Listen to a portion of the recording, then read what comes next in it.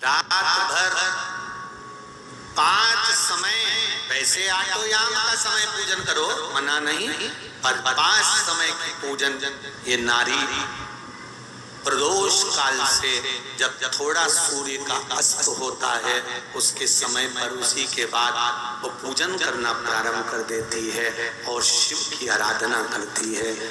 मौली, चंदन, रौली, हल्दी, अबीर, गुलाल, चावल सब शिव को समर्पित कर, फूल, पत्तियां, शमी पत्र, बेल पत्र, आँख का फूल,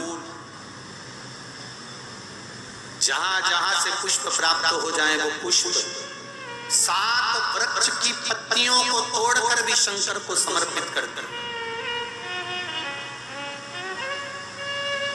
कई लोग कह रहे थे गुरुजी हमारे इधर, हमारे यहाँ हरताली का व्रत नहीं होता तो क्या हम फुलवेरा अपने घर में जो शंकर जी हैं उन पर बांध सकते हैं? नहीं,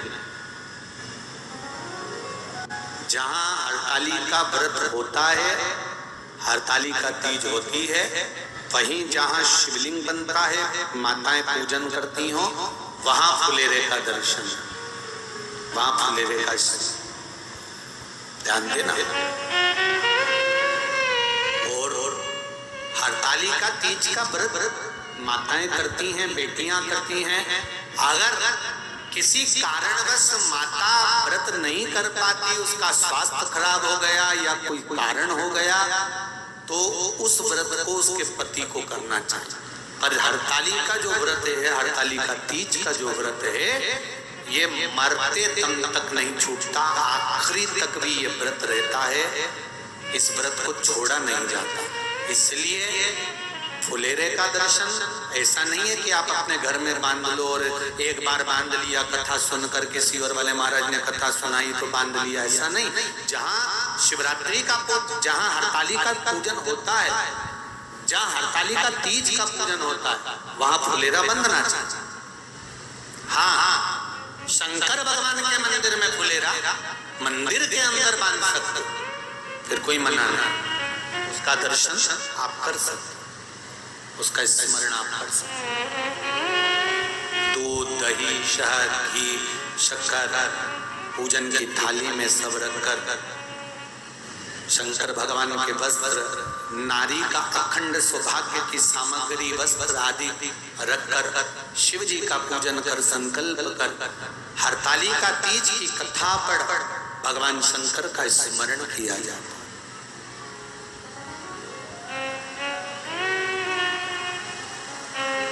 पूजा की थाली में फल, फ्रूट, मिठाई सब रखकर जब हम पूजन करते हैं, किसी की थाली में अगर कोई वस्तु कम है तो पूजन वाली जगह पर कभी नहीं कहना चाहिए कि तेरी थाली में यह कम है।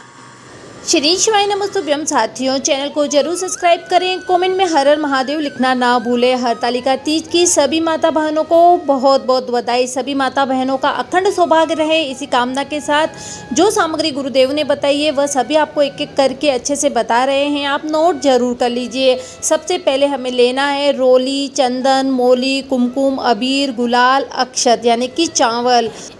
यह सामग्री खास है इसलिए इन सामग्री को आप जरूर ले लीजिए। साथ ही में लें आप जनेऊ, माता रानी को चढ़ाने के लिए आप चुंदड़ लें, कुमकुम लें, मेहंदी लें, और माता रानी को अति प्रिय है सुहाग की सामग्री, तो जो 16 श्रृंगार की सामग्री है माता को चढ़ाने के लिए, पार्वती मैया को चढ़ाने के लिए आप जरूर ले लीजिए, जितनी आपसे बन सकती है।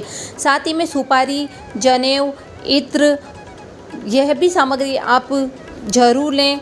जितने वृक्ष की आपको पत्तियां मिल जाती है, 7-10 जितने वृक्ष की पत्ती मिलती है वो लें, फूल लें। साथ ही में जो सीजन में फल आ रहे हैं वह फल लें, एक श्रीफल और श्रीफल के साथ भेंट जरूर लें। घर से बना हुआ प्रसाद आप जरूर लेकर के जाएं। मंदिर में जा रहे हैं तो घर से बना हुआ ले जाएं, घर पे कर रहे हैं तो घर का बना हुआ प्रसाद अपने पास जरूर लेकर के रखें। तो ये सभी महत्वपूर्ण सामग्री है। साथ ही में आप अभिषेक सामग्री नोट कर लीजिए, जल, गंगा जल, दूध, दही, घी, शहद, शक्कर, ये अलग अलग भी आप अभिषेक कर सकते हो और इनको साथ में मिला करके पंचामृत बना करके भी आप अभिषेक कर सकते हैं। ये जो सभी सामग्री है, बहुत जो ज़रूरी सामग्री है वह आपको लिखाई गई है।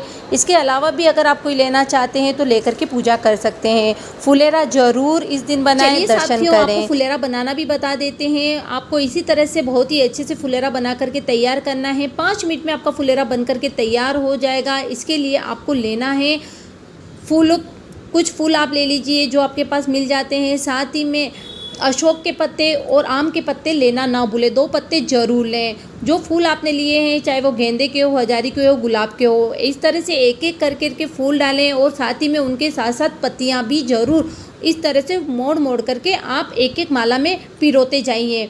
जब इस तरह से आपकी पूरी माला एक बन करके तैयार हो जाएगी तो इसी तरह से 5 माला बनानी है। ध्यान रहे कम से कम 5 माला ज़रूर बनाएं।